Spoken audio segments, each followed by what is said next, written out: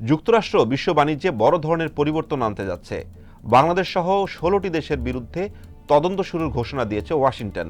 অভিযোগ, দেশগুলো অতিরিক্ত উৎপাদন করে, যার প্রভাব পড়ছে আমেরিকার কারখানাগুলোর উপর। সেজন্য মার্কিন সরকার ১৯৭৪ সালের ট্রেড অ্যাক্টের সেকশন ৩০১ নামে পরিচিত একটি আইনকে আবারও সক্রিয় করছে। কি এই সেকশন ৩০১? এর কেমন প্রভাব পড়বে বাংলাদেশের উপর জানবো আজকের স্টার এক্সপ্লেন্সে। ১১ মার্চ ওয়াশিংটন একসঙ্গে ১৬টি দেশের বিরুদ্ধে তদন্তের ঘোষণা দেয়। এই তালিকায় রয়েছে শিল্প শক্তিধর চীন ও ইউরোপীয় ইউনিয়নের পাশাপাশি এশিয়ার বাংলাদেশ ও কম্বোডিয়ার মতো উন্নয়নশীল রপ্তানিকারক দেশও। যুক্তরাষ্ট্রের অভিযোগ, এই সব দেশ নিজেদের শিল্পকে টিকিয়ে রাখতে নানা ধরনের ভর্তুকি দিচ্ছে এবং প্রয়োজনের চেয়ে বেশি পণ্য উৎপাদন করছে, যাকে তারা বলছে স্ট্রাকচারাল ওভার ক্যাপাসিটি।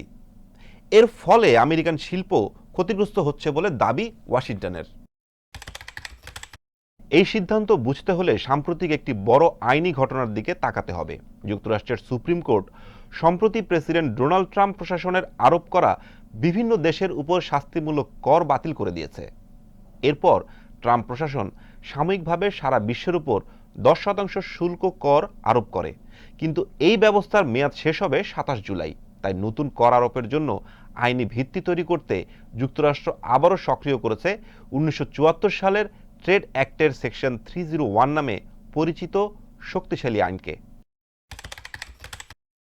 এই আইনের মাধ্যমে মার্কিন প্রেসিডেন্ট অন্য দেশের বিরুদ্ধে অন্যায্য বাণিজ্য চর্চার অভিযোগ তুলে একতরফাভাবে শাস্তিমূলক শুল্ক আরোপ করতে পারেন। এর জন্য কংগ্রেস বা আদালতের অনুমোদন প্রয়োজন হয় না। অতীতে এই আইন ব্যবহার করে যুক্তরাষ্ট্র চীনের বিরুদ্ধে ২০১৮ সালে বড় বাণিজ্য যুদ্ধ শুরু করেছিল এবং শত শত বিলিয়ন ডলার পণ্যের উপর শুল্ক আরোপ করেছিল। বিশ্লেষকদের মতে বাংলাদেশের বিরুদ্ধে আনা কিছু অভিযোগ বাস্তবতার সঙ্গে পুরোপুরি মেলে না।